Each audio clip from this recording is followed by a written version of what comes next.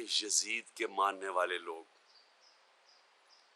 ये हैं उनके फॉलोअर्स यजीद के, राना सनाउल्लाह, शबाज शरीफ, हमजा शरीफ, ये वो लोग हैं। हम शबाज शरीफ और राना सनाउल्लाह, अगर इस मुल्क का इंसाफ का निज़ाम इनको सजाएं देता, जब इन्होंने मॉडल टाउन में 14 लोगों को सबके सामने टीवी के सामने गोलियां मारी और कुछ 60 लोगों को गोलियां लगी थी, 14 लोग मारे गए थे, अगर तब सजा मिल जाती तो शायद इस हट दर्मी से ये इस तरह का जुल्म ना करते जो सारी कौम ने देखा।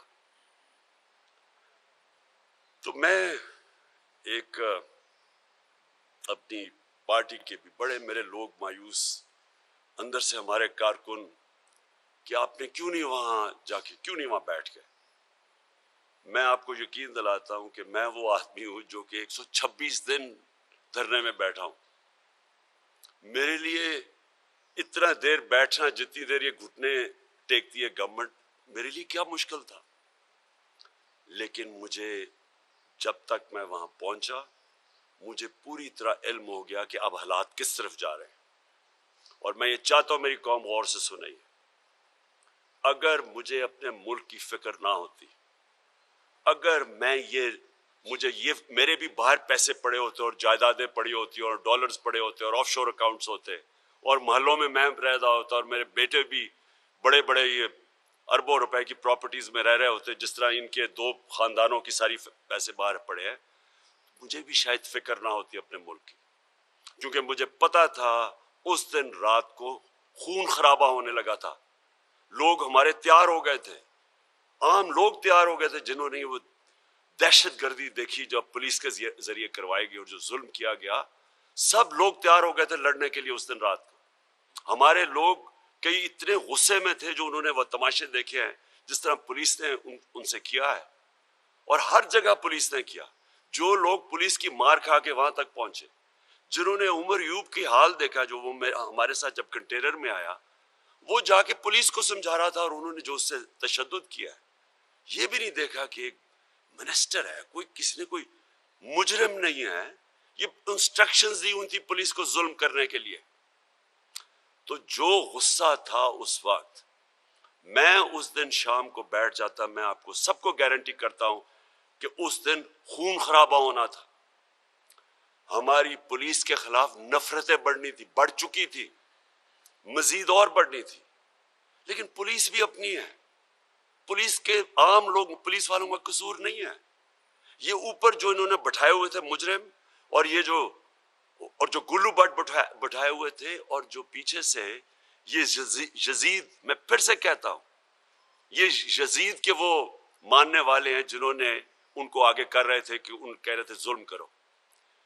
अगर वहां खून खराबा हो जाता, मुल्क में इंतशार बढ़ना था, मुल्क के आगे मायशत का जो हालात है वो आप उसके बाद में बात करूंगा, उसके ऊपर ये इंतशार शुरू हो जाता, ये मेरे मुल्क का नुकसान था। इसको कोई ये ना समझे कि कोई हमारी ये कमजोरी थी, और ये भी कोई ना समझे कोई डील हुई। ये भी जी मैं बातें सुन रहा हूं क्योंकि कोई एस्टेब्लिशमेंट से डील हुई है, मेरी कोई किसी से डील नहीं हुई। मैंने सिर्फ तब ये सोचा कि मेरे मुल्क को नुकसान होगा, नफरतें बढ़ेंगी, इदारों के बीच में और अवाम और इदारों के बीच में फासले बढ़ेंगे। ये हमारे मुल्क को नुकसान है, दुश्मनों का फायदा है।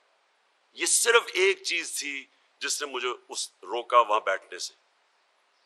और मैं ये वाजे कर दूं कि अगर किसी का ख्याल है, ये इनको खुशफहमी है कि हम अब आराम से कोई इनसे नेगोशिएट करेंगे और इसको तस्लीम कर लेंगे, इस इंपोर्टेड हुकूमत को तस्लीम कर लेंगे, किसी कोई गलत फहमी में ना रहे। मैंने ये फैसला किया हुआ है कि मैं इसको जहाद समझता हूं। मैं जब तक जिंदा हूं मैं इसके सामने खड़ा हूंगा। मुझे किसी चीज की ना कोई फिक्र है, ना परवाह है जाती तौर पे, सिर्फ अपने मुल्क की फिक्र है। तो लिहाजा मैं आज ये वाजे कर दूं कि हम 6 दिन दे रहे हैं, उसके अंदर अगर इन्होंने ना अनाउंस किया, इन्होंने ना वाजे तौर पे अनाउंस किया कि कब ये डेट अनाउंस करेंगे इलेक्शन की। इन्होंने वाज़े तौर पे ये ना बताया कि असेंबलीज डिसॉल्व करके डेट कब अनाउंस करेंगे। ये मैं अब फिर से निकलूंगा और मैं आपको वाज़े कर दूं कि अब हम निकलेंगे तैयारी करके। हमारी किसी की तैयारी नहीं थी। जिस तरह के पुलिस का हमारे ऊपर हमला हुआ, कोई भी तैयार नहीं था उसके लिए। हम सारे, जब खास तौर पे जब सुप्रीम कोर्ट का एक ऑर्डर चला, जब हमने तो सोशल मीडिया के ऊपर ही देखा, हम सबको ये लग गया कि अब रास्ते खुल जाएंगे और अब कोई मसला पुलिस का नहीं होगा। लिहाजा कोई तैयारी नहीं थी। जो डी चौक में भी लोग थे, अच्छा डी चौक में ये कहते कि जी रेड जोन में चले गए, लोगों को क्या पता, इन्होंने हमसे परमिशन मांग रहे थे कश्मीर रोड की या श्रीनगर हाईवे की, हमें परमिशन ही नहीं मिल रही थी। तो हमने क्या लोगों को बताते, एक ही चीज सारे जो धरने में लोग जानते थे वो डी चौक था, इसलिए हमने डी चौक का एक पॉइंट तो बताना था।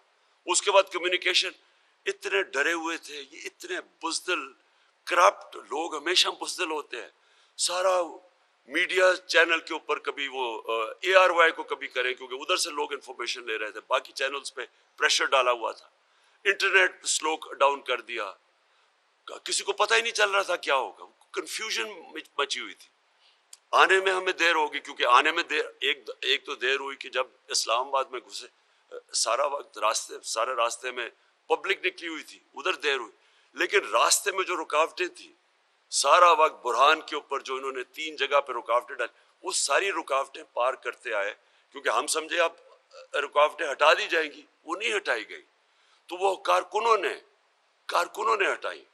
और मैं फिर से अपने कारकुनों को आज पाकिस्तान की तरफ से आपको खराज तहसीन पेश करता हूँ।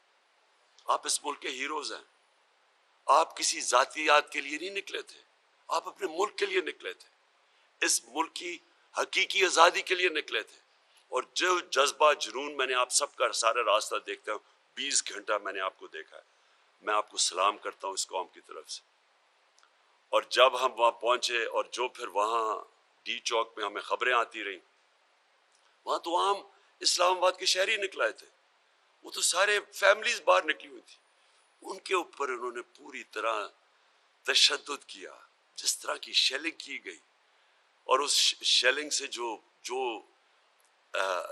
जितने लोग इंजर हुए, जितने जख्मी हुए, जो अस्पतालों में गए, जो शदीद शेलिंग, और इस तरह की शेलिंग और इतनी देर तक कौन ऐसे करता है।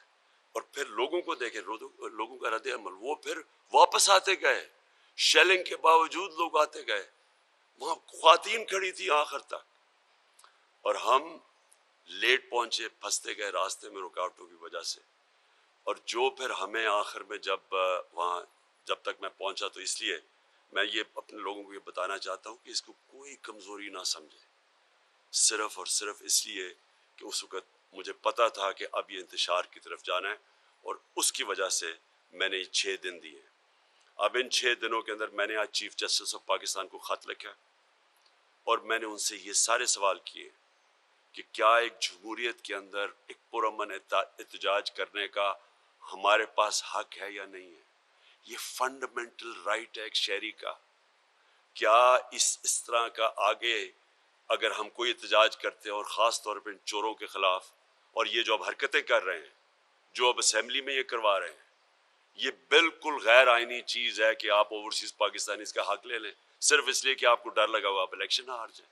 ये सारे जो आप हरबे इस्तेमाल करेंगे, मैं अपनी अदलिया से पूछता हूँ कि क्या आप समझते हैं कि हम अब ये चुप करके भेड़ बकरियों की तरह ये सब मान लेंगे चीज़ें? और अगर हम ये अब समझते हैं, तो ये तो मुल्क को खुद ही हम धकेल रहे हैं एक बगावत की तरफ। क्योंकि इसका अगला स्टेप क्या, अगर आप किसी को पुरअमन एहतजाज नहीं करने देंगे, तो उनके पास फिर कितने रास्ते रह जाएंगे। तो इसलिए मैंने चीफ जस्टिस साहब उनको भी आज खत लिखा है कि क्लियर करें पोजीशन, क्योंकि इन्होंने अगर 6 दिन के बाद ना किया, मैं फिर कॉल दूंगा कौम को। और मैं आपको यकीन दिलाता हूं कि जब 6 दिनों तक हमें पता चल जाएगा कि हमें क्या हमारा पाकिस्तान का सुप्रीम कोर्ट हमारे फंडामेंटल राइट को प्रोटेक्ट करता है या नहीं। मैं तो हैरत यह है कि जिस तरह वो सोशल मीडिया पे चल रहा है, वो वकील एक बस के अंदर हैं, उसमें औरतें भी हैं, उनको निकाल निकाल के जिस तरह मार रहे हैं। ये कभी किसी ने इस तरह की चीजें देखी है? यानी मैं अभी तक हैरान हूं कि कौन